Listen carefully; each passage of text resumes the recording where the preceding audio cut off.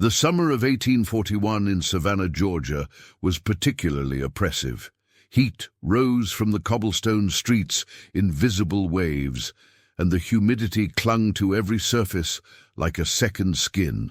Magnolia Thornhill stood at the second-floor window of her grand estate, Thornhill Plantation, watching as the sun cast long shadows across her cotton fields. At 32, Magnolia was a widow of considerable means, having inherited the plantation after her husband Jonathan's sudden death 3 years prior. Savannah society whispered behind gloved hands about how well the widow Thornhill had managed her affairs since Jonathan's passing. A woman running such an expansive cotton plantation was unusual, but Magnolia had proven herself adept at business, maintaining the Thornhill fortune with remarkable acumen. What the genteel society did not witness, however, were the methods by which she maintained control over her property and her servants. "Mrs. Thornhill," came a tentative voice from the doorway. "Mr. Caldwell has arrived for your meeting." Magnolia turned to see Esther, a young woman of 19, whose deep brown eyes were always cast downward in her mistress's presence. Esther had been born on the plantation, the daughter of the head house servant. Though technically a servant herself, Esther occupied an unusual position in the household, serving as Magnolia's personal attendant and confidant. "Thank you, Esther. Tell him I'll be down shortly," Magnolia replied, adjusting the cameo brooch at her high collar. "And have Silas prepare the ledgers in the study." Esther nodded and departed silently, her footsteps barely audible on the polished wooden floors. Magnolia watched her go, noting the way the young woman's shoulders seemed to bear an invisible weight. The Thornhill plantation was renowned for its prosperity, producing some of the finest cotton in Georgia. The source of this prosperity, however, was the labor of over 100 enslaved people who worked the fields from sunrise to sunset. Magnolia had inherited not just the land, but also the people who were legally considered her property, a fact she never allowed herself to forget, though her conscience had grown adept at quieting certain uncomfortable thoughts. Downstairs, Augustus Caldwell waited in the study, a man of considerable influence in Savannah and Magnolia's closest business associate. At 50, with silver temples and a carefully maintained appearance, Caldwell represented old money and traditional Southern values. "Augustus," Magnolia greeted him as she entered, offering her hand, which he took with practiced gentility. "I trust you've brought good news about the cotton prices in Charleston?" "Indeed, Magnolia," Caldwell replied, his voice carrying the weight of authority. "Prices are holding steady despite rumors of unrest in the north. Your harvest should fetch a handsome profit." The business discussion proceeded as it always did, practical, efficient, profitable. Yet there was an underlying current in the room, a tension that seemed to grow with each passing minute. It was only when Silas, Magnolia's steward, had left after presenting the ledgers that Caldwell's tone changed. "There's another matter we must discuss," he said, his voice dropping. "Certain rumors have reached my ears, Magnolia. Rumors that, if true, could prove catastrophic for your standing in Savannah." Magnolia's face remained impassive, though her fingers tightened almost imperceptibly around the glass of sherry she held. "What sort of rumors?" "Whispers about unusual arrangements within your household," Caldwell said carefully. "About your personal relationships with certain of your servants." The clock on the mantelpiece ticked loudly in the silence that followed. Outside, the cicadas hummed their endless summer song, oblivious to the tension mounting within the study's walls. "I wasn't aware that my household arrangements were the subject of town gossip," Magnolia finally said, her voice cool and controlled. "Perhaps these whisperers should concern themselves with their own affairs." Caldwell leaned forward, his expression grave. "Magnolia, you must understand, we live in precarious times. The abolitionists in the North grow bolder by the day. Any scandal, any deviation from what society deems proper could be used against not just you, but all of us who maintain the Southern way of life." What Caldwell didn't say, what he didn't need to say, was that Magnolia's position as a widow without male relatives made her vulnerable. Her independence was tolerated only so long as she adhered strictly to societal expectations. "I appreciate your concern, Augustus," Magnolia replied, rising to indicate the meeting was concluded. "I assure you, everything at Thornhill Plantation is quite in order." After Caldwell departed, Magnolia remained in the study, staring out at the vast fields that stretched to the horizon. The sun was beginning to set, casting an orange glow over the landscape. In the distance, she could see the servants making their way back from the fields, their silhouettes dark against the dying light. That night, as a thunderstorm gathered on the horizon, Esther helped Magnolia prepare for bed. The ritual was familiar: the loosening of stays, the brushing of long chestnut hair, the application of rose-scented lotion to hands roughened by years of managing household affairs. "Esther," Magnolia said suddenly, breaking the comfortable silence between them, "what do the servants say about me?" Esther's hands stilled for a moment before resuming their work. "I wouldn't know, Miss Magnolia." "Don't lie to me." Magnolia's voice was soft, but carried an edge that made Esther's shoulders tense. "I need to know what they're saying." Esther met Magnolia's eyes in the mirror's reflection. Something passed between them, an acknowledgement of a truth neither dared speak aloud. They say you have unusual tastes, Miss Magnolia. They say that's why Mr. Jonathan died so sudden-like." The thunder rumbled closer, and lightning briefly illuminated the bedroom, casting stark shadows on the walls. Magnolia turned to face Esther directly, her expression unreadable in the flickering candlelight. "And what do you say, Esther?" The young woman hesitated, her eyes darting toward the door, as if calculating her chances of escape. I say that there are secrets in this house that should stay buried, Miss Magnolia." A knock at the door interrupted whatever Magnolia might have said in response. It was Silas, his expression grave. "Miss Magnolia, there's been trouble in the North Fields. One of the men tried to run." Magnolia's expression hardened. "Who?" "Isaiah, miss. Isaiah Miller." Something flashed in Magnolia's eyes. Recognition, perhaps, or fear. "Did they catch him?" "Yes, miss. The overseers have him in the barn." Magnolia turned to Esther. "Bring me my shawl and boots." Despite the late hour and the approaching storm, Magnolia made her way across the dark grounds to the barn, where oil lamps cast eerie, dancing shadows on the walls. Isaiah Miller, a man of 25 who had been purchased by Jonathan Thornhill 7 years earlier, knelt on the packed earth floor, his wrists bound behind him. His face was already swollen from a beating, blood trickling from his split lip. The overseers stepped back as Magnolia entered, her presence commanding immediate respect. Or perhaps it was fear. She circled Isaiah slowly, her face a mask of cold calculation. "You disappoint me, Isaiah," she said softly, "after everything I've done for you." Isaiah raised his head, his eyes meeting hers with a defiance that sent a visible shudder through Magnolia. "You've done nothing for me that wasn't for your own pleasure, Mrs. Thornhill." The overseer moved to strike him for his insolence, but Magnolia raised a hand, stopping the man mid-motion. "Leave us," she commanded, "all of you." Once alone with Isaiah, Magnolia's demeanor changed subtly.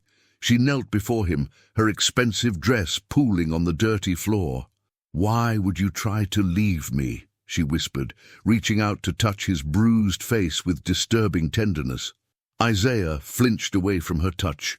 "Because what you do isn't right, Mrs. It isn't natural." "What I do?" Magnolia's laugh held no humor. "What we do, Isaiah. Don't pretend you haven't been a willing participant." "A slave can't be willing," Isaiah replied, his voice low but firm. "Not really. Not when saying no means the lash or worse." Something flashed in Magnolia's eyes. Pain, perhaps, or recognition. But it was quickly replaced by cold fury. She stood, brushing the dirt from her dress. "You'll be punished for attempting to escape," she said, her voice once again the cool, controlled tone of the plantation mistress.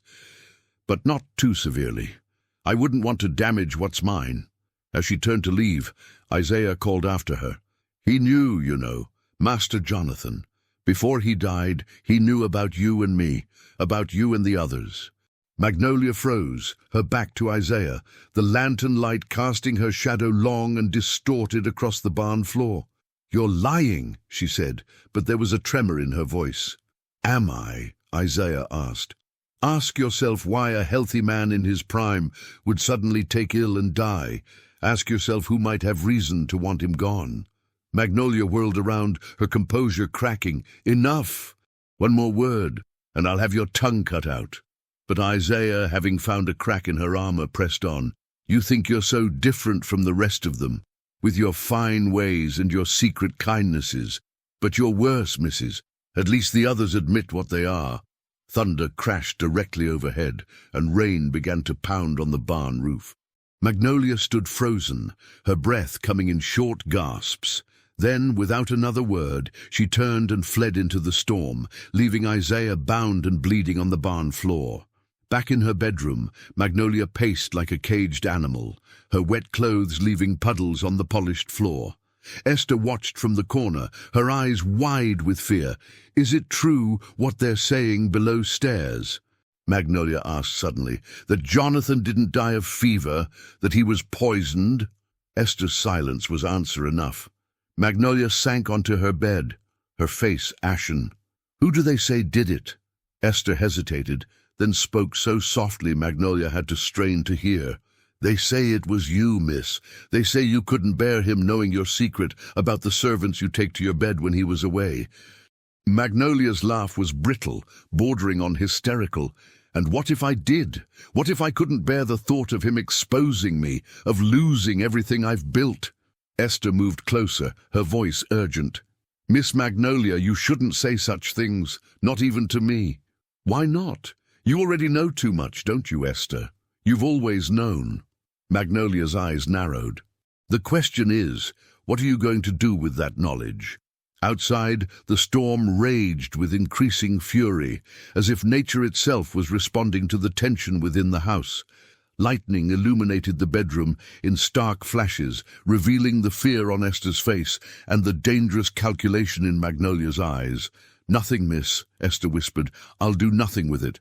Magnolia reached out, stroking Esther's cheek with cold fingers. "See that you don't. Remember what happens to servants who betray their mistress's trust." As the night deepened and the storm gradually moved east, an uneasy quiet settled over Thornhill Plantation. But beneath that quiet, tensions simmered like coals, waiting for a breath of air to burst into flame. Secrets had begun to surface.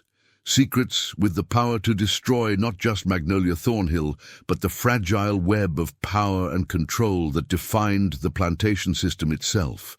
And in the slave quarters, as Isaiah's wounds were tended to by gentle, furtive hands, whispers spread from person to person, growing in conviction with each retelling.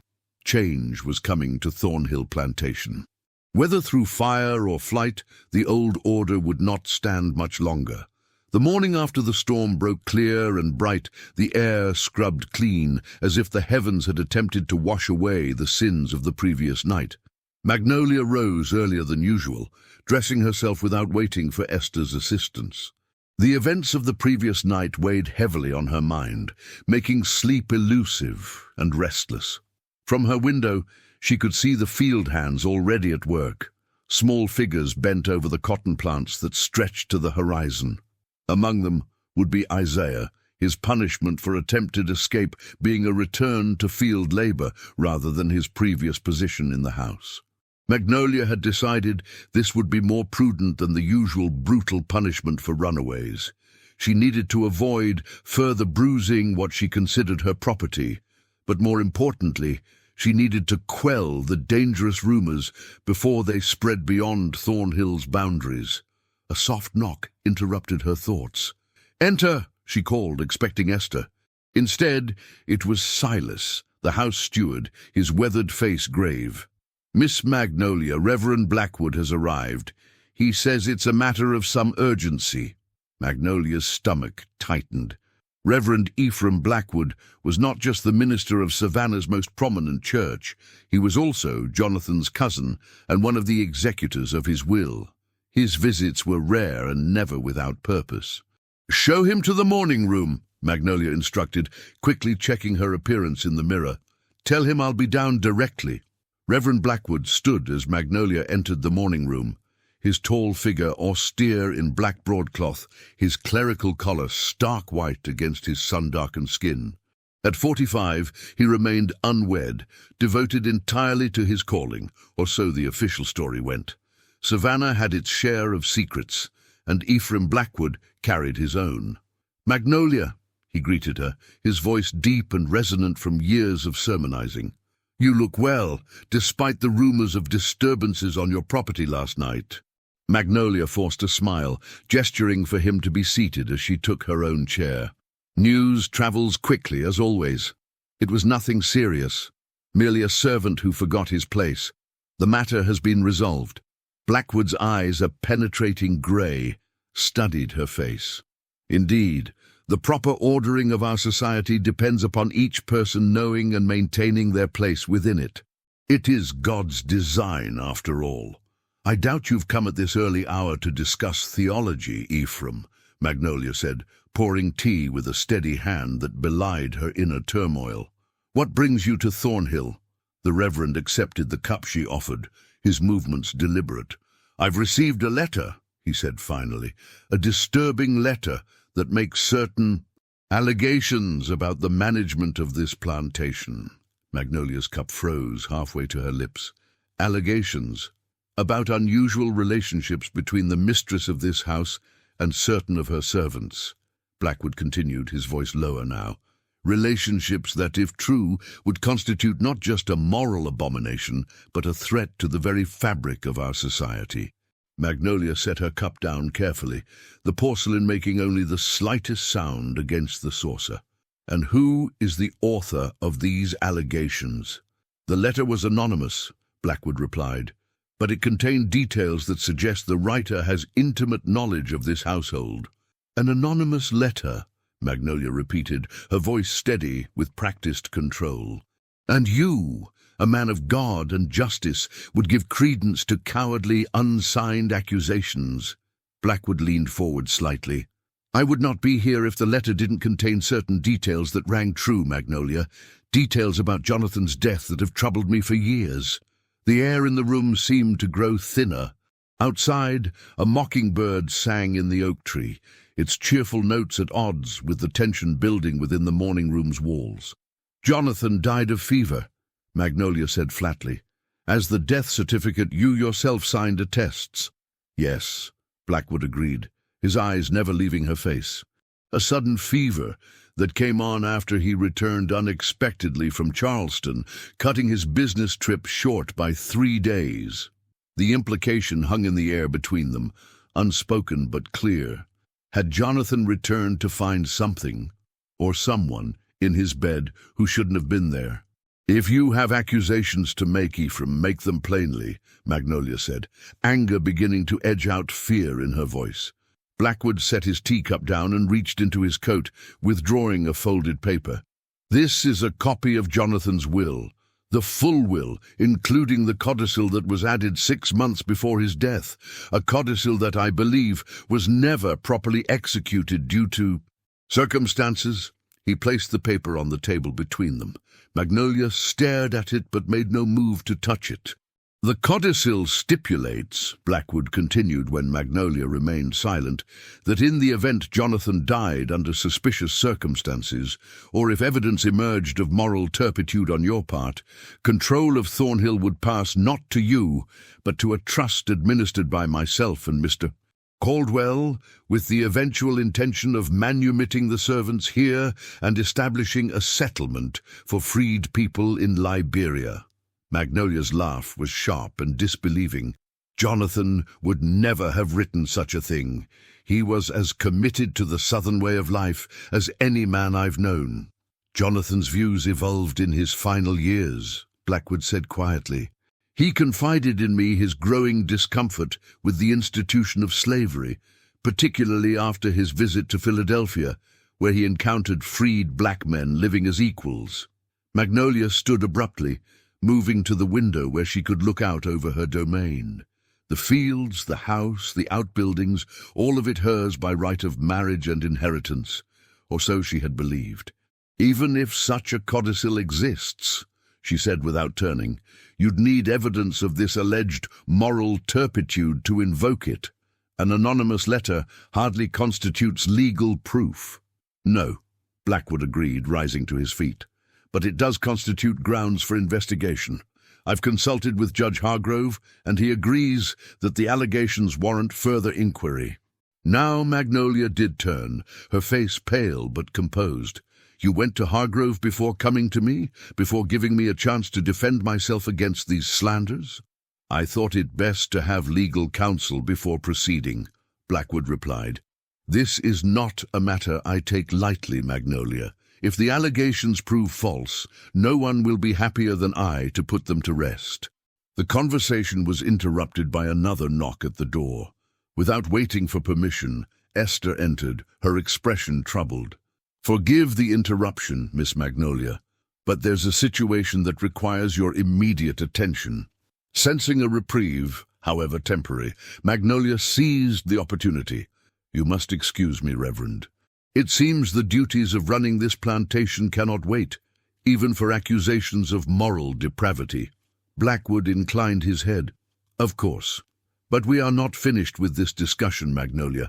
I will call again tomorrow, and I expect a more substantive response to these matters. After the Reverend had departed, Magnolia rounded on Esther. What was so urgent that you felt the need to interrupt a private conversation? Esther's eyes were wide, with genuine fear.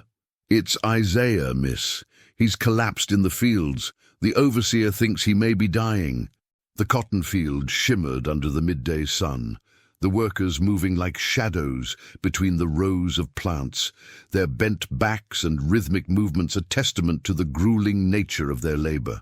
Near the edge of the field, a small crowd had gathered around a prone figure. Magnolia approached on foot, having dismissed the idea of taking her horse for such a short distance. As she neared, the gathered workers parted silently, their eyes downcast, all except one older woman who met Magnolia's gaze directly, her expression a mixture of accusation and something deeper, more knowing. Isaiah lay on the ground, his body convulsing with spasms, foam flecking his lips. The overseer, a brutish man named Holt, stood nearby, his whip held loosely at his side. What happened? Magnolia demanded, kneeling beside Isaiah despite the dirt that would stain her dress. Just collapsed, ma'am, Holt replied, his tone suggesting he found the whole incident an inconvenience rather than a crisis. 1 minute he was picking same as the others. Next he was on the ground, thrashing like a fish on land. Magnolia placed a hand on Isaiah's forehead. His skin burned with fever, yet his body shook as if with extreme cold. His eyes, when they briefly focused on her face, held a terrible knowledge. Poison, he gasped between spasms. Like Master Jonathan. The words were spoken quietly, meant only for Magnolia, but in the hushed circle of onlookers they carried. Magnolia saw the shock register on several faces, followed by a quick averting of eyes, not from respect, but from fear of showing that they had heard. "Nonsense!" Magnolia said loudly. "He's delirious with fever. 4 men. Carry him to the infirmary immediately." As Isaiah was lifted and carried away, Magnolia turned to Holt. "Return everyone to work. We're losing daylight." But the workers dispersed reluctantly, casting backward glances at Isaiah's receding form. The older woman who had stared at Magnolia earlier moved last, deliberately slowing her pace. "You know something about this, Martha?" Magnolia asked, catching the woman's arm. Martha was 60 if she was a day, having lived on Thornhill Plantation since before Magnolia was born. She had delivered most of the children born there, including many of the Thornhill family's own offspring. Her knowledge of herbs and medicines made her the plantation's unofficial healer. "I know many things, Miss Magnolia," Martha replied, her voice carrying the cadence of the Gula Islands, where she had been born. "I know that some sicknesses come from the body, and some from the soul. I know that some poisons work quickly and some take their time.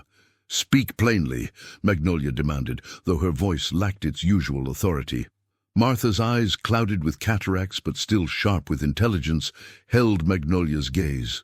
Isaiah been poisoned, sure enough, same as Master Jonathan was, but not by the same hand, I'm thinking. Magnolia's grip on Martha's arm tightened. What are you saying? I'm saying that there's more than one person on this plantation with knowledge of poisons, Miss Magnolia, and more than one person with reason to use that knowledge. Martha gently but firmly removed Magnolia's hand from her arm. Now, if you'll excuse me, I best go see to Isaiah. Whatever's been given him, maybe there's still time to draw it out.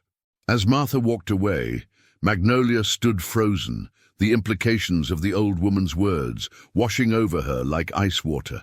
Someone had poisoned Isaiah, someone who wanted to silence him, someone who feared what he might reveal, and that someone might not be Magnolia herself. In the infirmary, a small building set apart from the main house, Martha worked over Isaiah's convulsing form, administering herbal concoctions and murmuring prayers in a language Magnolia didn't recognize. Esther hovered nearby, her face streaked with tears. Will he live? Magnolia asked from the doorway, unwilling to enter fully into the space that smelled of sickness and desperation. Martha didn't look up from her work. It's in God's hands now, and God sees all our sins, Miss Magnolia, yours and mine alike. Esther approached Magnolia, her voice a whisper. Miss, there's talk among the servants. They're saying that Isaiah was poisoned because he knew something about Master Jonathan's death. They're saying, I know what they're saying. Magnolia cut her off sharply. Then, noticing Martha's attention had shifted subtly in their direction, she added more quietly, Come to my study in an hour. We need to talk privately. Back in the main house, Magnolia found herself pacing the length of her study, her mind racing. The events of the past 24 hours had set in motion a dangerous unraveling. If Blackwood pursued his investigation, if the rumors about Jonathan's death gained traction, if Isaiah died and his last accusatory words spread through the plantation, a knock at the door interrupted her thoughts. It was Augustus Caldwell, his expression grave. I came as soon as I received your note, he said, stepping into the study and closing the door behind him. What's this about one of your servants being poisoned? Magnolia sank into a chair, suddenly exhausted. Isaiah Miller collapsed in the fields this morning. Martha thinks it's poison, the same poison that she believes killed Jonathan. Caldwell's eyebrows rose. The same? And who does she think administered this poison? That's just it, Magnolia replied, her voice strained. She implied it wasn't the same person, that someone else on the plantation has both the knowledge and the motive to silence Isaiah. Caldwell took the seat opposite Magnolia, his face thoughtful. And what might Isaiah have been in a position to reveal that would warrant such drastic measures? Magnolia hesitated, measuring how much to reveal to Caldwell. Despite their long association, she was not certain of his loyalty, especially now that she knew about the codicil to Jonathan's will that would make him a trustee of Thornhill. Isaiah attempted to escape last night, she said finally. He was caught and punished, but he said things about Jonathan knowing about certain arrangements within the household before his death. Arrangements, Caldwell repeated, his tone neutral. You mean your predilection for taking certain servants to your bed? Magnolia's head snapped up, her eyes wide with shock. You knew? Caldwell's smile held no warmth. My dear Magnolia, there is very little that happens in Savannah society that escapes my notice. Jonathan confided in me shortly before his death, seeking advice about how to handle the situation discreetly. And what advice did you give him? Magnolia asked, her voice barely above a whisper. I advised him to add the codicil to his will, the one that Reverend Blackwood has no doubt informed you about by now. Caldwell leaned forward, his voice dropping lower. Jonathan was my friend, Magnolia. I respected him, but I also understand the realities of our world and the compromises we sometimes make to navigate it. What are you saying? I'm saying that I have no particular interest in seeing you removed from Thornhill or in seeing its servants freed and shipped off to Liberia. Such an outcome would disrupt the economic and social balance of our community in ways that would benefit no one. Magnolia studied Caldwell's face, searching for the trap she sensed lurking beneath his words. "And what would you propose instead?" "A partnership," Caldwell replied smoothly. "Of a sort. I would help ensure that these rumors about Jonathan's death and your personal habits remain contained. In return, you would sign over a controlling interest in Thornhill's operations to me." "You want my plantation," Magnolia said flatly. "I want to protect an asset that is valuable to all of us," Caldwell corrected her, "and to protect you from the consequences of your own indiscretions. Consider it a mutual benefit arrangement." Before Magnolia could respond, there was another knock at the study door. It was Silas, his expression grave. "Begging your pardon, Miss Magnolia, but Martha sent me to inform you that Isaiah has died." The news settled over the room like a shroud. Caldwell's expression remained impassive, but Magnolia thought she detected a flicker of something, satisfaction perhaps, in his eyes. "I see," Magnolia said, her voice steady despite the turmoil within. "Tell Martha to prepare the body. We'll bury him at sunset." After Silas had gone, Magnolia turned back to Caldwell. "You didn't seem surprised by the news of Isaiah's death." Caldwell shrugged. "Accidents and illnesses are common enough on plantations. It's an unfortunate reality of our way of life." "This was no accident," Magnolia said, her voice hardening. "Someone poisoned Isaiah to silence him. The question is, who stood to lose the most from what he might reveal?" The implication hung in the air between them. Caldwell's smile tightened almost imperceptibly. "Be careful with such insinuations, Magnolia. They could lead to places neither of us wishes to go." He rose to his feet, straightening his waistcoat with deliberate movements. "Consider my proposal. I'll return tomorrow for your answer. In the meantime, I suggest you keep a close eye on those still in your household who might know more than is healthy for them." After Caldwell's departure, Magnolia remained in her study as the afternoon shadows lengthened across the floor. The walls of Thornhill, once her sanctuary, now seemed to be closing in around her, the very air heavy with secrets and unspoken accusations. A soft knock preceded Esther's entrance. The young woman's face was drawn with grief and fear.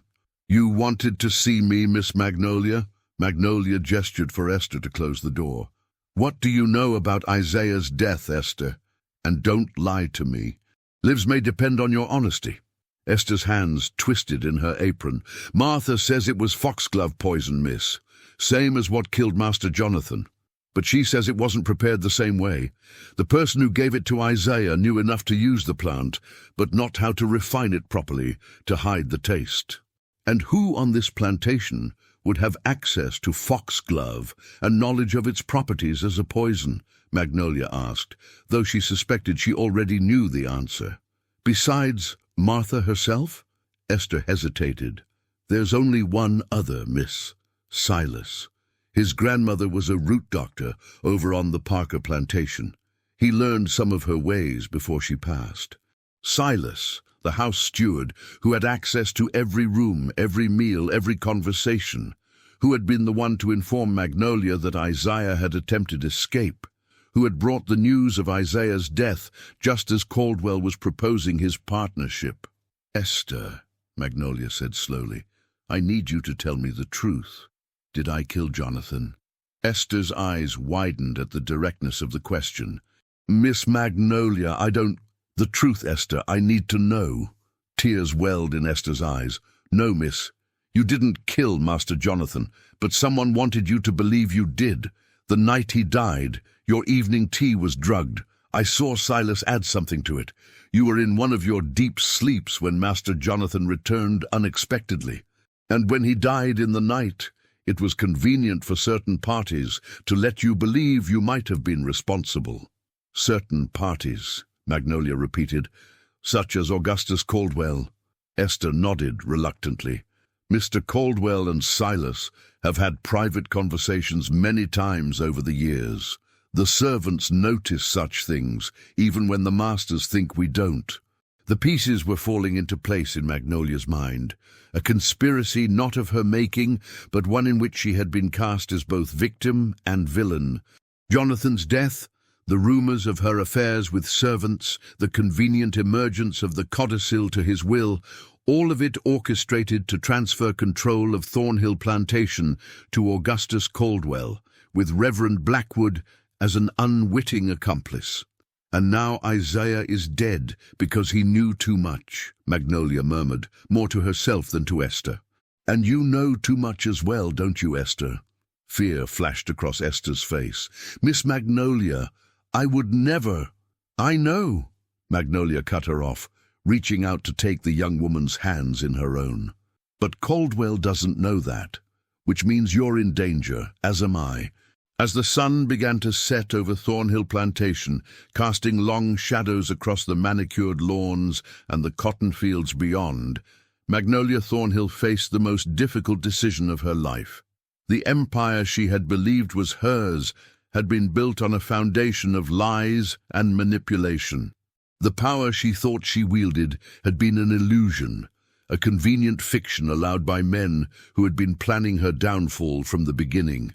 And now, with Isaiah dead and the threat of exposure looming, those same men were closing in, ready to claim what they had coveted all along, not just the wealth of Thornhill, but control over the human beings whose labor made that wealth possible. As darkness fell, Magnolia watched from her window as Isaiah's body was carried to the small cemetery where generations of Thornhill servants had been laid to rest. The procession moved by torchlight, the flames casting a warm glow that belied the cold calculation that had led to the young man's death. "What will you do, miss?" Esther asked softly, standing at Magnolia's shoulder. Magnolia's reflection in the window glass showed a woman transformed by revelation and resolve. "What I should have done from the beginning, Esther. I'm going to fight for what's mine, and for those who have no power to fight for themselves." The night settled over Thornhill Plantation like a funeral shroud, but beneath its dark cover, seeds of resistance and revelation were beginning to sprout. Seeds that would soon burst forth with a force that none of the plantation's powerful men, with all their schemes and machinations, could have anticipated or controlled. Dawn arrived with a heavy mist clinging to the fields of Thornhill Plantation, obscuring the horizon and lending an otherworldly quality to the landscape. Magnolia had slept little, her mind working through the night to formulate a plan that might save not just her position, but possibly her life. Esther entered the bedroom carrying a breakfast tray, her movements cautious, as if she expected danger from every shadow. "I prepared it myself, Miss Magnolia," she said quietly, setting the tray on a small table by the window. "And I watched to make sure no one tampered with it on the way up." Magnolia nodded her appreciation, though food was the furthest thing from her mind. "Where is Silas this morning?" "In the study, miss, reviewing the accounts as he does every Thursday." Esther hesitated. "He asked if you were feeling well, said you seemed distressed yesterday." A bitter smile touched Magnolia's lips. "I'm sure he's concerned for my health. Tell him I'll join him shortly." After Esther departed, Magnolia dressed with particular care, selecting a deep blue gown that conveyed authority and choosing Jonathan's cameo brooch, a reminder of what had been lost and what was at stake. From a hidden compartment in her jewelry box, she retrieved a small key that unlocked a section of Jonathan's desk that she had never had reason to access before. The study was warm, despite the early hour, a fire already burning in the grate. Silas stood as Magnolia entered, his posture deferential, his face a mask of concerned servitude. At 50, he had served the Thornhill family for over 30 years, first as a field hand, then as a house servant, and finally as steward, a position of significant trust and responsibility. "Good morning, Miss Magnolia," he greeted her, his voice as smooth and measured as always. "I trust you slept well, despite yesterday's unfortunate events." Magnolia took her seat behind the massive mahogany desk that had been Jonathan's, and before him, his father's. as well as can be expected when one of my people dies under suspicious circumstances, Silas." If Silas was unsettled by her directness, he showed no sign of it. "A tragedy indeed, miss. Martha believes it may have been a case of accidental poisoning.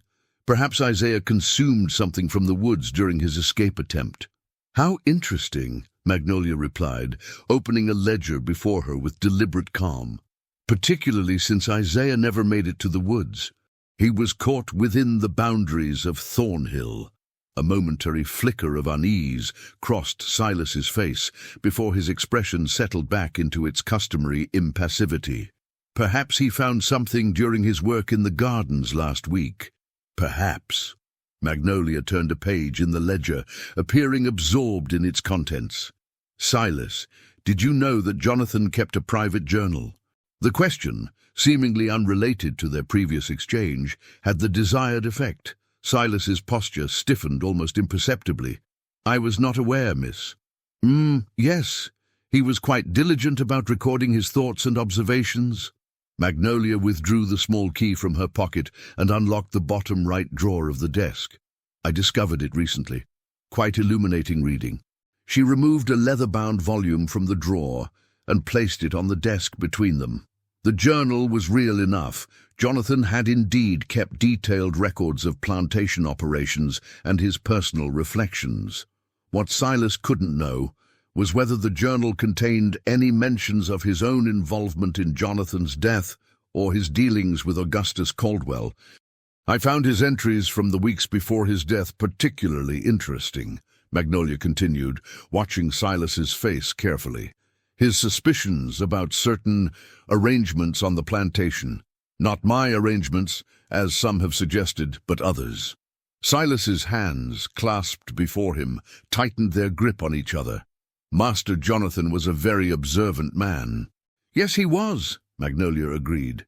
"Observant enough to notice meetings between his trusted steward and his business associate, Augustus Caldwell. Meetings that took place in secret, away from the main house." The tension in the room ratcheted higher. Outside, the morning mist was beginning to burn away under the strengthening sun, much as Magnolia was attempting to burn away the fog of deception that had surrounded her for years. "I've always acted in the best interests of Thornhill Plantation, Miss Magnolia," Silas said finally, his voice carefully controlled. "Have you?" Magnolia's tone hardened. "Was it in Thornhill's best interest when you added foxglove extract to my evening tea the night Jonathan died? Or yesterday, when you ensured that Isaiah would never reveal what he knew about that night?" Silas's mask slipped, replaced by a cold calculation that Magnolia had never seen before in her steward's eyes. "You have no proof of these accusations, Miss Magnolia." "Don't I?" She tapped the journal. "Jonathan was thorough, Silas, and he was not a trusting man, despite appearances. He observed and he recorded, including your meetings with Caldwell and your increasingly frequent visits to the section of the garden where foxglove grows. It was a bluff, but one based on enough truth to be credible. Jonathan had indeed been meticulous in his record-keeping, though Magnolia had yet to fully examine all his private papers. The uncertainty on Silas's face suggested her gambit might be working. "Even if such evidence exists," Silas said, his voice dropping to a near whisper, "revealing it would not be in your best interest, Miss Magnolia. Mr. Caldwell is not a man who tolerates betrayal. And the arrangements that have been made go far beyond just Thornhill." "What arrangements?" Magnolia demanded. "Tell me what Caldwell is planning." Silas hesitated, clearly calculating his options. His loyalty to Caldwell was evident, but so was his instinct for self-preservation. "Mr. Caldwell and certain associates have been consolidating control over several of the largest plantations in the county. Thornhill is the last piece they need." "For what purpose?" "Power, miss. Control over the region's cotton production would give them leverage with the textile mills in the north and the buyers in England. They could dictate prices, influence politics, shape the future of the South itself." Silas's voice held a note of reluctant admiration. It's a vision larger than one plantation or one town. It's about the future of our way of life. Our way of life, Magnolia repeated, bitter irony in her tone. And what place do you imagine for yourself in this grand vision, Silas? Do you think Caldwell and his associates see you as anything more than a useful tool, a servant to be discarded once your usefulness ends? A flicker of uncertainty crossed Silas's face, suggesting Magnolia's words had found their mark, but his resolve quickly hardened. Mr. Caldwell has promised me a position of authority in the new arrangement, overseer of all the house servants across the consolidated properties. Magnolia laughed, a sound devoid of humor. And you believe him? A man who orchestrated the murder of his friend and business partner? A man who would poison an innocent servant to protect his schemes? Isaiah was hardly innocent, Silas countered. He knew too much, talked too freely. His attempt to escape was just the opportunity we needed to— He stopped abruptly, realizing too late that he had said more than intended. To silence him permanently, Magnolia finished for him. Just as you intended to silence Jonathan when he discovered your treachery. Just as you'll eventually silence me, regardless of what agreement I might make with Caldwell. The truth of her words hung in the air between them. Silas made no attempt to deny it, his silence confirmation enough. Here is what will happen now, Magnolia said, her voice taking on the steel that had allowed her to run Thornhill successfully for years. You will go about your duties as normal today. You will say nothing to Caldwell of this conversation. Tomorrow, when he comes for my answer to his proposition, you will be present as usual, the loyal steward. And then you will witness what happens when a woman of my resources and determination decides to fight back. Silas's expression was skeptical. You're outnumbered and outmaneuvered, Miss Magnolia. Mr. Caldwell has the law, the church, and the business community on his side. What do you have? Magnolia smiled, a cold expression that didn't reach her eyes. I have the truth, Silas, and I have over 100 people on this plantation who have far more reason to see Caldwell's plans fail than succeed. After dismissing Silas, Magnolia sent for Martha. The older woman arrived promptly, her face lined with exhaustion from the night spent attending to Isaiah's body and comforting those who mourned him. You wish to see me, Miss Magnolia? Martha's voice held none of the deference that Silas affected. Her dignity came from within, not from her position in the plantation hierarchy. Yes, Martha, I need your help. Magnolia gestured for the older woman to sit, a breach of the usual protocol that raised Martha's eyebrows but elicited no comment. I believe you know more about what's happening at Thornhill than you've said. About Jonathan's death, about Isaiah, about Caldwell and Silas. Martha's gaze was steady, assessing. I know what I observe, miss, and I observe much. Then you know that forces are working to take control of Thornhill, forces that would make life for everyone here, including those in the quarters, much harder than it is now. Life in the quarters is already hard, Miss Magnolia, Martha said quietly. Though I'll grant that some masters are worse than others, Mr. Caldwell has a reputation for cruelty that reaches beyond his own property. Magnolia nodded, acknowledging the truth of Martha's words. I need to know if Jonathan ever spoke to you about his will, about his intentions for Thornhill and for all of you who live and work here. Something flickered in Martha's eyes, surprise perhaps, or recognition. Master Jonathan came to me in his final months. He was troubled in his spirit. Said he'd seen things in Philadelphia that made him question the rightness of our arrangements here in the South. Did he mention a plan to free the servants of Thornhill, to establish a settlement in Liberia? Martha's expression grew guarded. He spoke of such things. Said he'd added something to his will, though he didn't share the details. Said changes were coming to Thornhill whether folks were ready or not. And then he died, Magnolia said softly. Conveniently for those who preferred things remain as they are. Convenient for some, Martha agreed. Though perhaps not for you, despite what some believe. Magnolia leaned forward, her voice dropping to ensure they wouldn't be overheard. Martha, I need your help. Not just for my sake, but for everyone at Thornhill. Caldwell and his associates want control of this plantation as part of a larger scheme to consolidate power in the region. If they succeed, any possibility of the future Jonathan envisioned will be lost.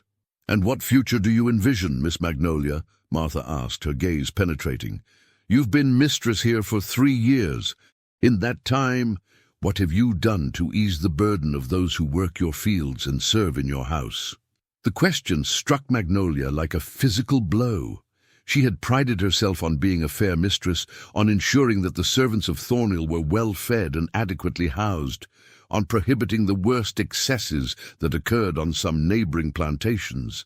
But she had never questioned the fundamental injustice of the system itself, not until now, when her own position within it was threatened.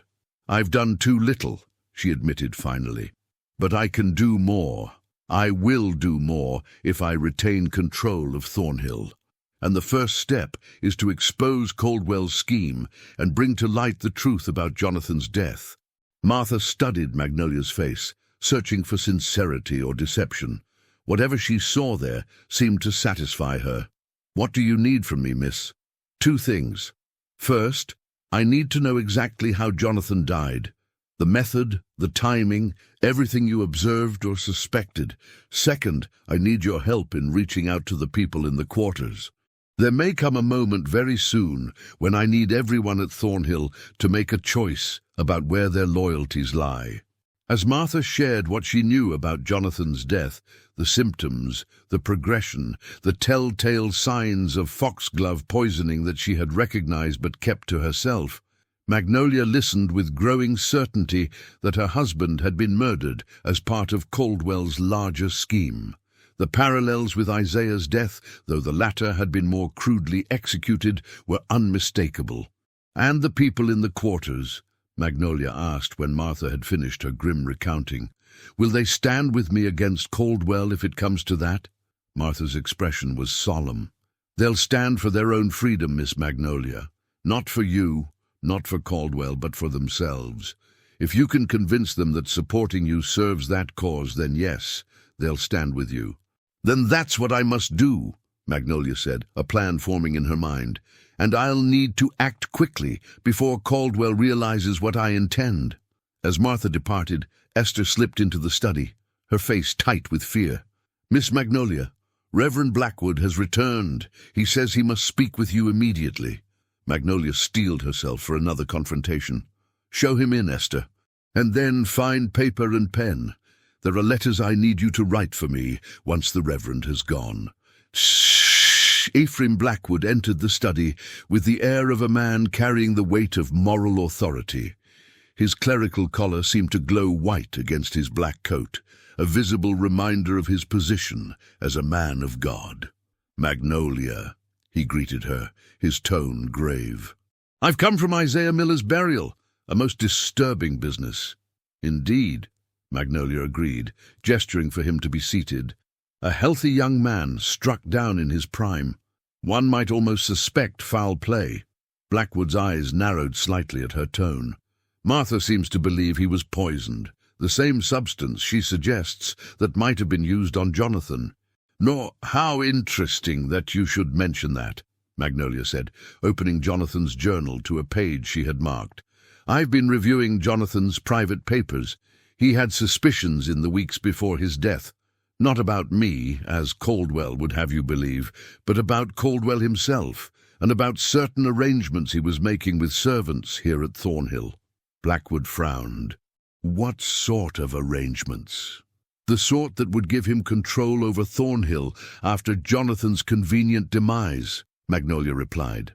"Jonathan believed Caldwell was working to consolidate control over several large plantations in the county, a virtual monopoly on cotton production that would give him unprecedented power." She pushed the journal across the desk toward Blackwood. "Read it yourself, Jonathan's own words in his own hand, including his growing suspicion that Caldwell might resort to drastic measures to achieve his aims." As Blackwood read, his expression shifted from skepticism to concern to outright alarm. "If this is true," he said finally, looking up from the journal, "then the codicil to Jonathan's will—" Le was likely added at Caldwell's suggestion as a way to further his own scheme. Magnolia finished for him. Jonathan may have genuinely developed reservations about slavery, but Caldwell would have encouraged those doubts for his own purposes, knowing that such a codicil would allow him to challenge my control of Thornhill after Jonathan's death. Blackwood closed the journal, his face troubled. These are serious allegations, Magnolia. If Caldwell is indeed behind Jonathan's death, and now Isaiah's as well, he must be brought to justice. Justice, Magnolia repeated, a bitter edge to her voice.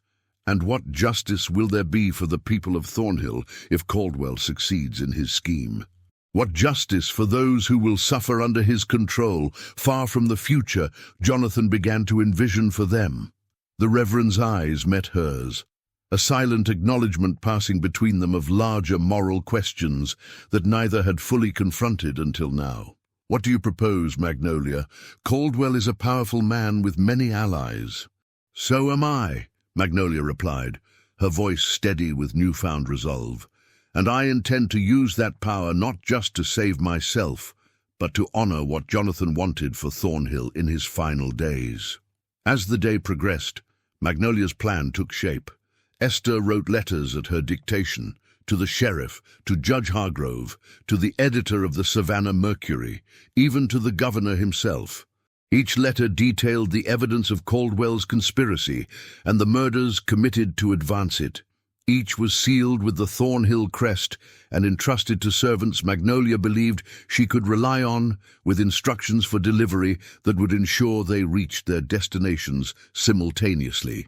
Meanwhile, Martha moved through the quarters, speaking quietly to key individuals, gauging sentiments, laying the groundwork for what might be required if Caldwell moved against Magnolia before her letters could have their intended effect.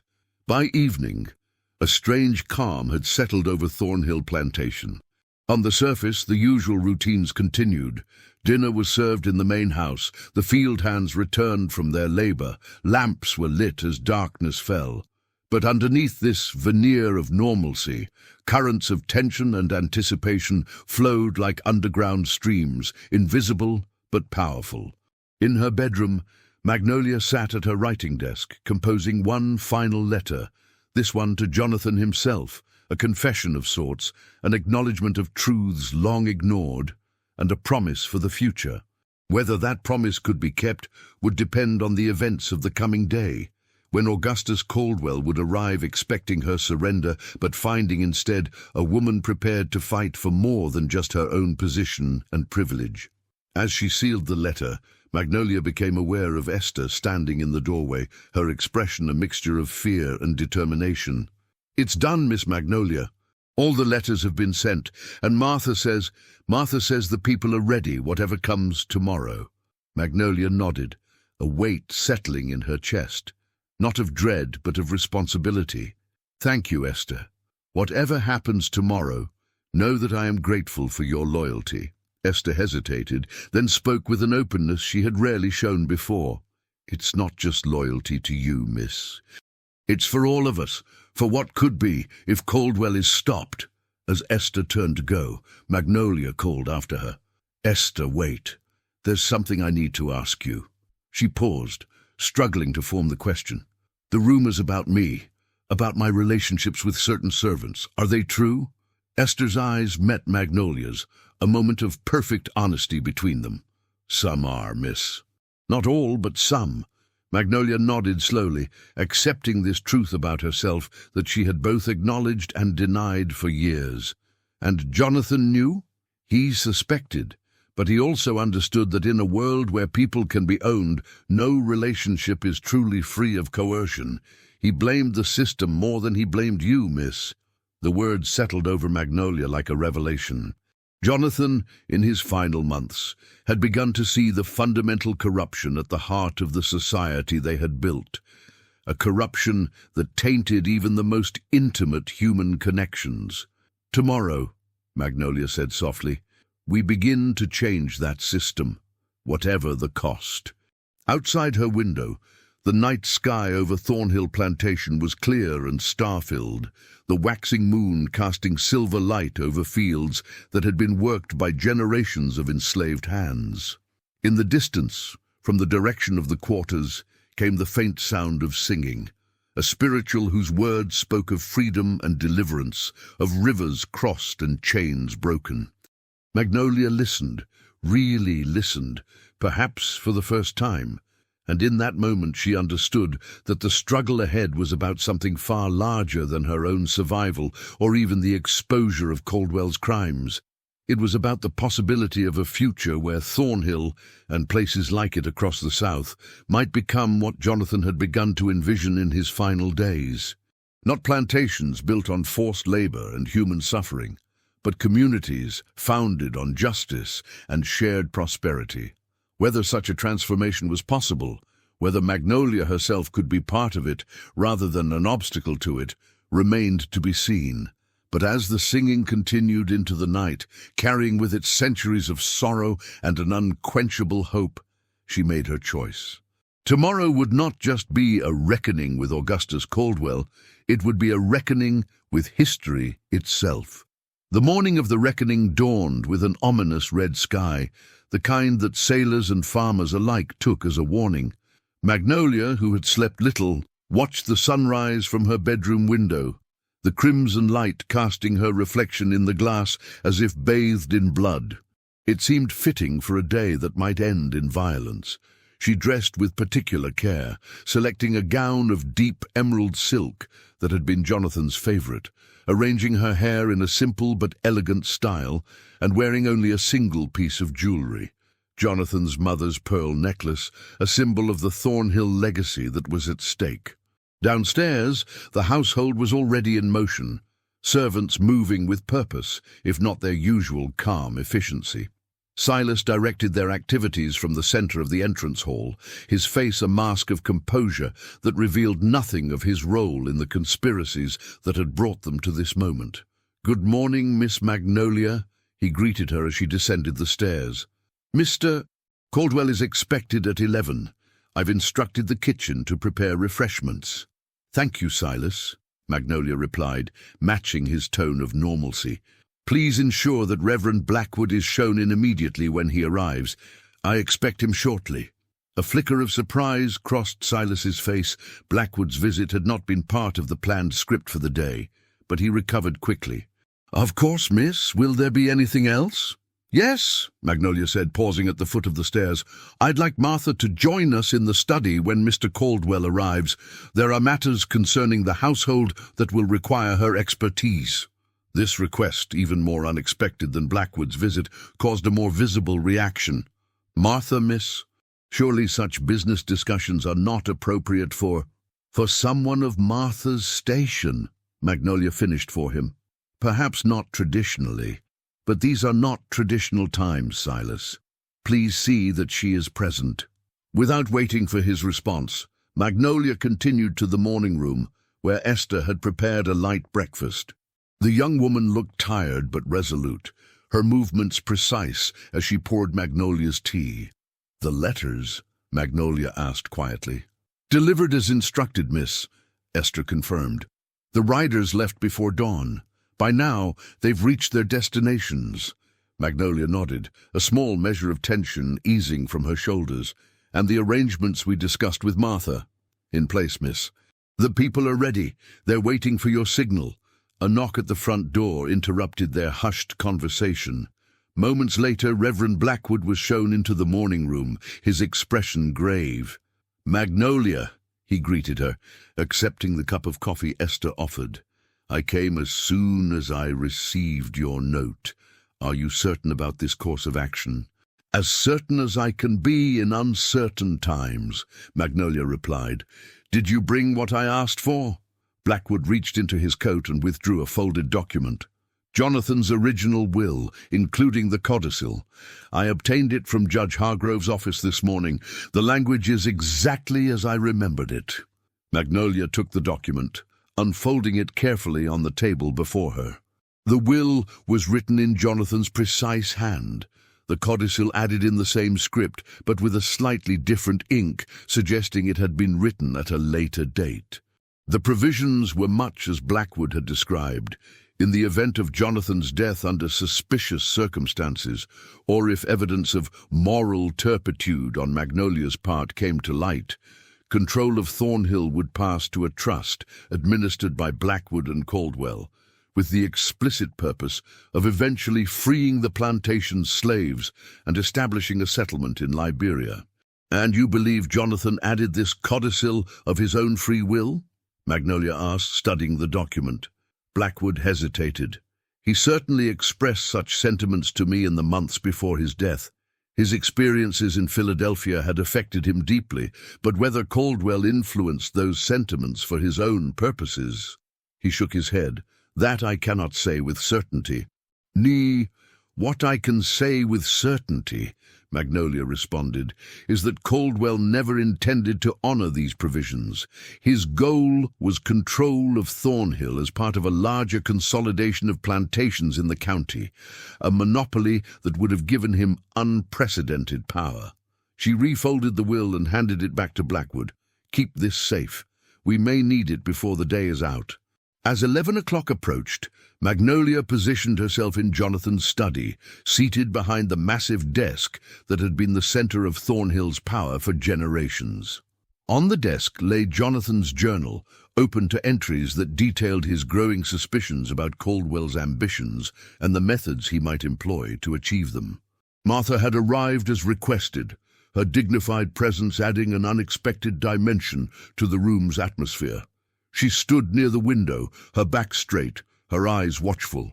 Blackwood took a seat to one side, the will secured in an inner pocket of his coat. Silas hovered near the door, his discomfort at this unusual gathering evident in the tension of his shoulders. The sound of approaching hoofbeats announced Caldwell's arrival. Magnolia drew a deep breath, steadying herself for the confrontation to come. Augustus Caldwell entered the study with the confidence of a man who believed victory was already his. He faltered only slightly at the sight of the assembled group, his eyes narrowing as they moved from Blackwood to Martha and finally to Magnolia herself. "What an unexpected gathering," he remarked, removing his gloves with deliberate movements. "I had anticipated a private discussion, Magnolia." "Did you?" Magnolia replied, her voice cool. "I thought it more appropriate to have witnesses for what promises to be a significant change in Thornhill's management. Reverend Blackwood as executor of Jonathan's will, Martha as representative of those whose lives will be most affected by any transition, and Silas as— Well, Silas has his own role to play, don't you, Silas?" Silas's expression remained carefully neutral, though Magnolia detected a flicker of unease in his eyes. "I serve Thornhill as I have always done, miss." "Indeed you do," Magnolia agreed, "though perhaps not always in the ways one might expect." Caldwell took the seat opposite Magnolia, arranging himself with the practiced ease of a man accustomed to power. "I see you're in a philosophical mood today, Magnolia. Shall we dispense with the pleasantries and proceed to the business at hand? I trust you've considered my proposal." "I have," Magnolia confirmed. "A proposal for a partnership in which I sign over controlling interest in Thornhill to you, in exchange for your silence regarding certain indiscretions on my part." Blackwood shifted uncomfortably at this blunt statement, but remained silent, observing the exchange with increasing intensity. "A mutually beneficial arrangement," Caldwell said smoothly. "One that allows you to maintain your position and lifestyle while alleviating certain pressures." "Pressures such as the rumors about Jonathan's death?" Magnolia asked. "Or perhaps the more recent pressure of Isaiah Miller's inconvenient accusations before his equally inconvenient demise yesterday?" Caldwell's smile tightened almost imperceptibly. "Unfortunate coincidences both. But in a world as uncertain as ours, one must take precautions to secure one's position." "Indeed," Magnolia agreed, "which is why I've taken certain precautions of my own." She opened a drawer in the desk and removed a stack of letters, each bearing the Thornhill seal. Copies of letters I sent yesterday to Sheriff Bennett, Judge Hargrove, the editor of the Mercury, and Governor Crawford, detailing evidence of a conspiracy to murder Jonathan Thornhill and seize control of his property, evidence drawn from his own journal and corroborated by witnesses who have, until now, remained silent out of fear. The color drained from Caldwell's face, though his composure remained intact. A desperate move, Magnolia. Accusations without proof will only damage your already precarious standing. Jordi, without proof? Magnolia turned to Martha. Tell Mr. Caldwell what you told me about Jonathan's symptoms in his final hours, about the particular properties of foxglove poison and how it mimics certain natural fevers, about who on this plantation had knowledge of such poisons and access to Jonathan's food and drink. Martha stepped forward, her voice steady as she recounted the details of Jonathan's death, details that pointed unmistakably to deliberate poisoning rather than natural illness. As she spoke, Silas moved almost imperceptibly toward the door, a motion not lost on Magnolia. "Stay where you are, Silas," she commanded, her voice cutting through the room like a whip. "Your part in this is not yet concluded." Caldwell's mask of civility was beginning to crack. "This is absurd. The ravings of servants looking to place blame rather than accept the natural order of things. You have no actual evidence linking me to any of these events." "Don't I?" Magnolia lifted Jonathan's journal. Jonathan recorded his suspicions in detail, including meetings he observed between you and Silas in the months before his death. Meetings that took place away from the main house in locations where you thought yourselves unobserved. She turned to Blackwood. "Reverend, when Jonathan added the codicil to his will, did he explain his reasons to you in detail?" Blackwood nodded slowly. "He spoke of a growing moral discomfort with the institution of slavery, of experiences in Philadelphia that had changed his perspective. And did he mention Augustus Caldwell's role in this moral awakening? Did he suggest that Caldwell shared his evolving views?" A frown creased Blackwood's brow. "Now that you mention it, no. In fact, he expressed concern that his business associates would not understand or support his intentions. He asked that the codicil be kept confidential until it became necessary to invoke it. Because Jonathan knew," Magnolia continued, "that Caldwell would oppose any plan to free Thornhill's slaves. That such a plan would interfere with Caldwell's larger scheme to consolidate control over cotton production in the county, a scheme that depended on forced labor continuing uninterrupted." The study had grown very quiet, the only sound the ticking of the mantel clock and the occasional crackle from the fireplace. Outside, the red dawn had given way to a day of oppressive heat, the air hanging heavy and still. "You've constructed an elaborate fantasy, Magnolia," Caldwell said finally, his voice hard, "one that will not stand up to scrutiny. Your reputation, your known indiscretions with your servants, your questionable management of Thornhill since Jonathan's death, all of these will weigh against you when these wild accusations are examined. Perhaps," Magnolia conceded, "or perhaps the testimony of those who have witnessed your schemes firsthand will prove more compelling." She turned toward Silas. "What do you say, Silas? Is now the moment to decide where your true loyalties lie?" Silas's expression betrayed nothing, his years of practicing careful subservience serving him well even now. "I have always served Thornhill's best interests, Miss Magnolia." "As you did when you added foxglove extract to my evening tea the night Jonathan died?" Magnolia asked. "Or when you ensured Isaiah would never speak of what he knew about that night?" A tense silence followed her accusation. It was Caldwell who broke it, his voice taking on a dangerous edge. "Be careful, Magnolia. You're moving into treacherous waters." "I've been swimming in treacherous waters since the day you decided Thornhill should be yours," Magnolia replied. "The only difference is that now I can see the sharks circling." She rose from behind the desk, her movements deliberate as she moved to stand beside Martha. "I'm offering you a choice, Augustus. Withdraw from Thornhill, abandon your schemes for consolidation, Allow me to manage this plantation as Jonathan would have wished, with an eye toward eventual freedom for those who have labored here against their will. Do this, and your involvement in Jonathan's death remains between us." Caldwell's laugh was harsh. "And if I decline this generous offer, then the letters I've sent will do their work. Your reputation, your position in Savannah society, your freedom itself, all will be forfeit." The threat hung in the air between them, its weight almost palpable. Caldwell's eyes moved from Magnolia to Martha to Blackwood, calculating, assessing. Finally, they came to rest on Silas. "It seems we've reached an impasse," Caldwell said, rising from his chair with deliberate dignity. "A situation where neither side can advance without significant risk." "Not quite," Magnolia corrected him. "You see, while we've been having this discussion, certain other events have been set in motion." As if on cue, the sound of approaching riders reached them through the open window. Not one or two, but many, their hoofbeats raising dust that could be seen from the study window. "Sheriff Bennett," Magnolia explained, "responding to my letter with remarkable promptness. And with him it appears Judge Hargrove and several other gentlemen of standing in the county." Panic flashed across Caldwell's face, quickly masked, but unmistakable. "This is a mistake, Magnolia, one you'll regret."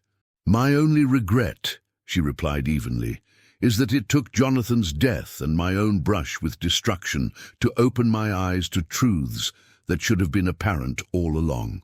The confrontation was interrupted by a commotion from outside. Voices raised in alarm, the sound of running feet. Esther appeared in the doorway, her face tight with fear. "Miss Magnolia, there's fire in the North Fields. The cotton is burning." For a moment, the revelations and accusations that had filled the study were forgotten as the primal fear of fire, the plantation owner's greatest nightmare, took precedence. Magnolia moved quickly to the window, where she could see smoke rising in thick black columns above the North Fields, where the cotton was ripest and readiest for harvest. "This is your doing," Caldwell said, his voice low with fury as he joined her at the window. "A desperate attempt to distract from your own crimes." Magnolia turned to him, her eyes cold. "You think I would burn my own fields, destroy the very crop that sustains Thornhill? I think you would do whatever necessary to maintain your position," Caldwell replied. "Even sacrifice a portion of your wealth."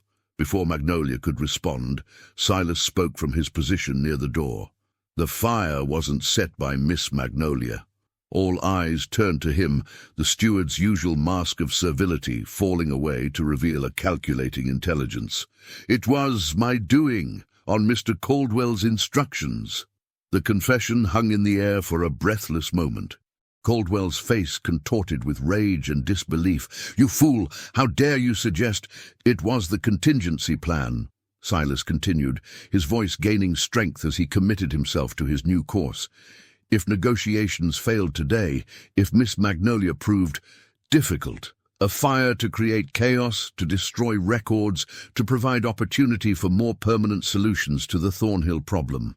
Magnolia's eyes narrowed. "You were prepared to burn Thornhill to the ground, to destroy everything and everyone here?" "Not everything," Caldwell said, regaining his composure with visible effort. "Just enough to ensure your cooperation, or failing that, to eliminate obstacles. The most valuable assets would have been preserved." "The most valuable assets," Martha repeated, her voice thick with disgust. "You mean the people? Those you could sell or use elsewhere?" Caldwell didn't bother to deny it. "Business is business, my dear woman. Sentiment has no place in such calculations." The sound of the approaching riders had grown louder, now accompanied by shouts as Thornhill's workers organized to fight the spreading fire. Magnolia made a swift decision.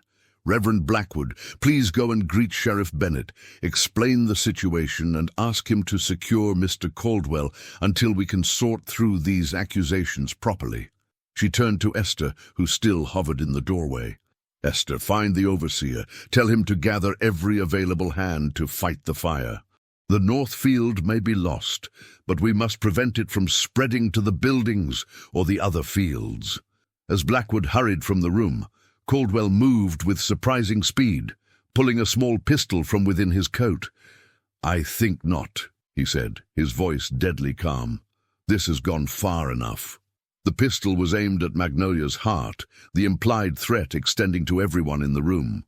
"Silas, secure the door. We're leaving, and Miss Thornhill will be accompanying us as insurance against overzealous law enforcement." Silas hesitated, caught between his long-time allegiance to Caldwell and the new path he had just begun to forge with his confession. It was Martha who broke the tense standoff, moving with surprising quickness for a woman of her years to position herself between Magnolia and the pistol. "You'll have to shoot me first, Mr. Caldwell," she said, her voice steady. "And I don't think you want the murder of an old black woman added to your list of crimes today, not with the sheriff and judge approaching the house as we speak." Caldwell's face twisted with frustration. "Stand aside, woman. This doesn't concern you." "Doesn't it?" Martha's dignity seemed to fill the room. "Everything that happens at Thornhill concerns me and my people. We're the ones who built it, maintained it, made it profitable with our sweat and blood, while you and your kind reap the benefits." The confrontation was interrupted by a loud banging on the study door. "Miss Magnolia!" came an urgent voice, one of the house servants. "The sheriff is here, and the fire! It's spreading toward the slave quarters." The mention of the quarters galvanized Martha. "The children," she said, moving toward the door. "They'll be trapped if the fire reaches the cabins." Magnolia made a split-second decision. "Go, Martha, see to your people." To Silas, she added, "And you, make your choice. Help fight the fire, help save those who might otherwise be lost, or stand with the man who was prepared to sacrifice everyone and everything at Thornhill for his ambition." It was a calculated gamble, allowing Martha to leave, giving Silas the opportunity to demonstrate where his true loyalties lay. For a moment, the room hung in perfect tension. The future of Thornhill balanced on the edge of a knife. Silas moved first, stepping away from the door he had been ordered to guard. "The fire must be contained," he said, not looking at Caldwell. "Whatever else happens today." Caldwell's grip on the pistol tightened, his knuckles white against the dark metal. "You're a fool, Silas, a traitor who will hang alongside the rest when this day is done." "Perhaps," Silas acknowledged, "but I won't have the deaths of children on my conscience, not even to preserve our way of life." As Silas opened the door, the scene beyond revealed itself in fragments. Servants running with buckets, the sheriff and his men dismounting in the drive, smoke thickening the air despite the distance from the main house to the burning fields. In the confusion, Magnolia saw her opportunity. "It's over, Augustus," she said, her voice cutting through the chaos. "Thornhill is lost to you. The only question that remains is whether you leave here in disgrace or in chains." Caldwell's finger tensed on the trigger, his face a mask of thwarted ambition and rage. For a terrible moment, Magnolia thought he would shoot her where she stood, accepting the consequences that would surely follow. Instead, a new voice entered the fray. "Mr. Caldwell," said Sheriff Bennett from the doorway, his hand resting on his own pistol, "I suggest you lower your weapon, slowly." Flanking the sheriff were two deputies, their rifles trained on Caldwell. Behind them stood Reverend Blackwood, his expression grim but determined. "This isn't what it appears, Sheriff," Caldwell said, though he slowly lowered the pistol. "Magnolia Thornhill has concocted an elaborate scheme to deflect attention from her own criminal activities. The fire was set on your orders," Sheriff Bennett finished for him. "Or so Silas Scott has just informed me, a confession made in front of multiple witnesses, including Judge Hargrove himself." Caldwell's composure finally cracked, his aristocratic features contorting with fury. "The word of a servant against mine? Have we fallen so far that the testimony of property outweighs that of gentlemen?" "The testimony of property," Magnolia repeated softly, "has been ignored for too long. Perhaps today marks the beginning of a change." As the deputies moved forward to secure Caldwell, the full scope of the day's events began to clarify in Magnolia's mind. The fire, initially a disaster, had served to bring things to a head more quickly than she had anticipated. Silas's confession, perhaps motivated by self-preservation, but effective nonetheless, had tipped the balance decisively against Caldwell. "Miss Thornhill," the sheriff said, once Caldwell had been disarmed and his hands bound, "there are serious allegations being made on all sides. I'll need statements from everyone involved, and I'll need to see any evidence you have regarding Mr. Caldwell's alleged involvement in your husband's death." "Of course, Sheriff," Magnolia agreed. "Jonathan's journal and other papers are here in the study, and Martha can provide testimony about the manner of his death. But first," she gestured toward the window, where the smoke from the burning fields still rose into the sky, "we must contain the fire before it claims more than just cotton." The next hours passed in a blur of activity.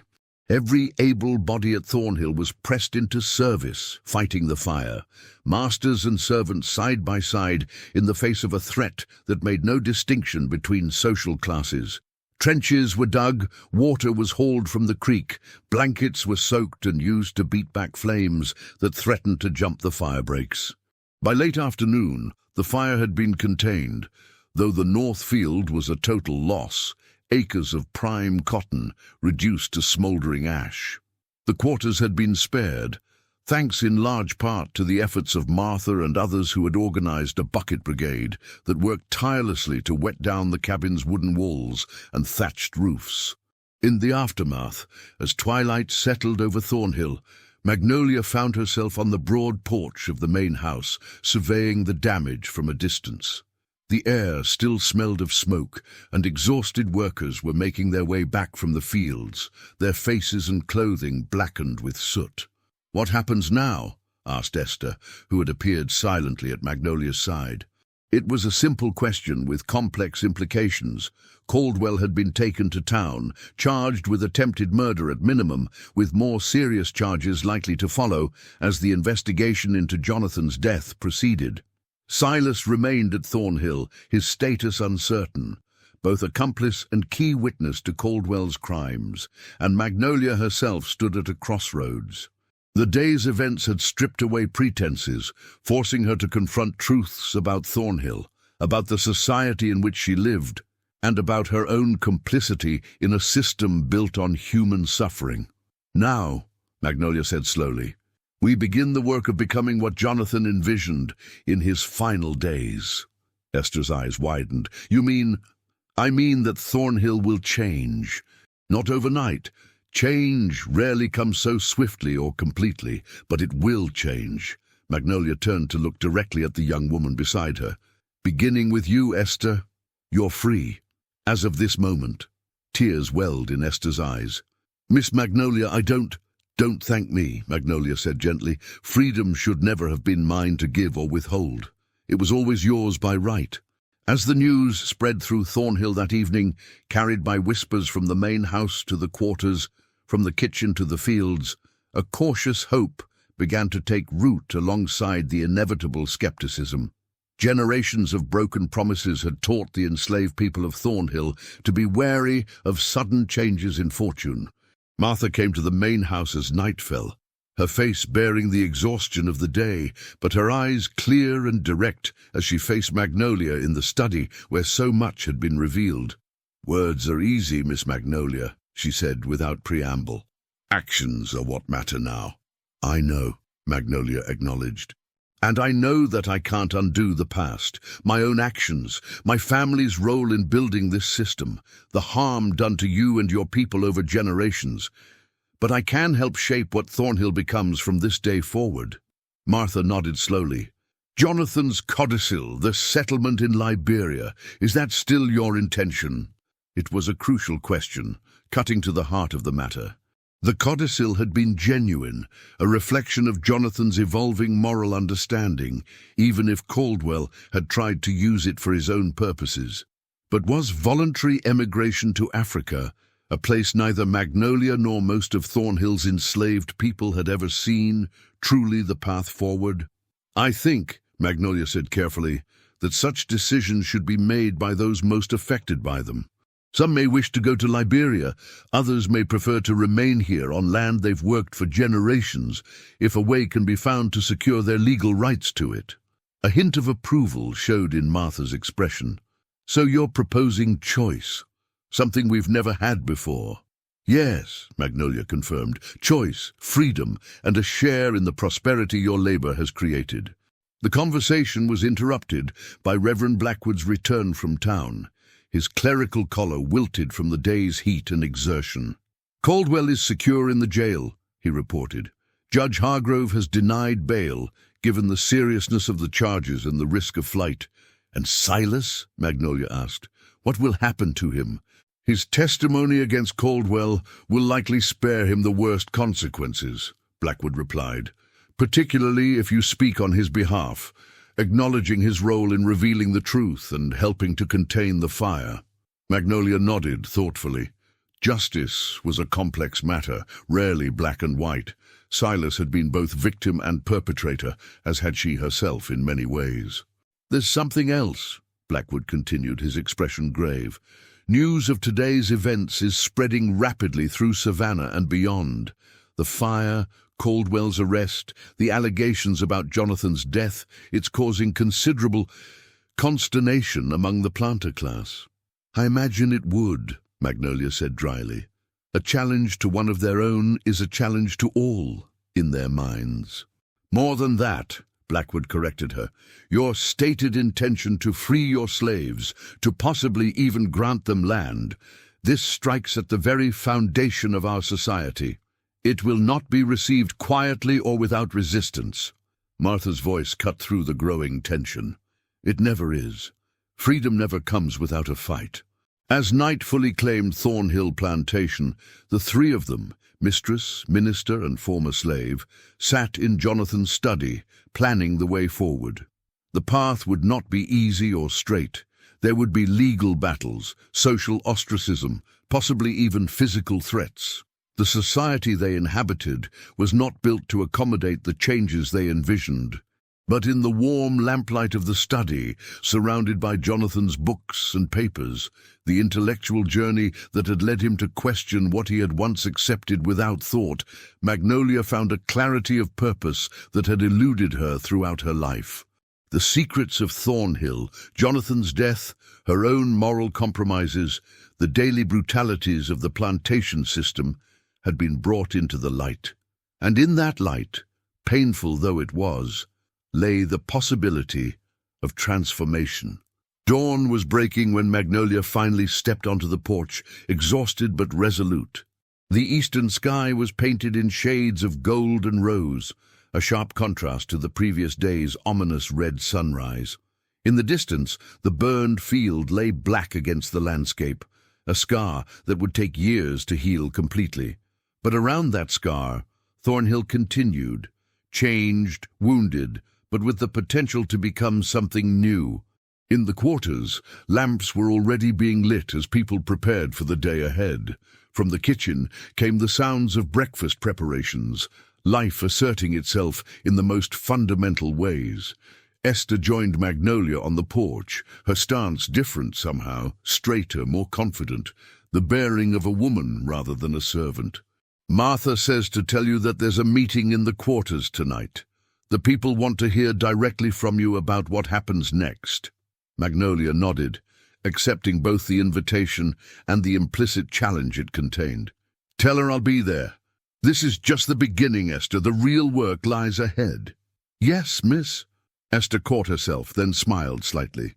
Yes, Magnolia. The real work is just beginning.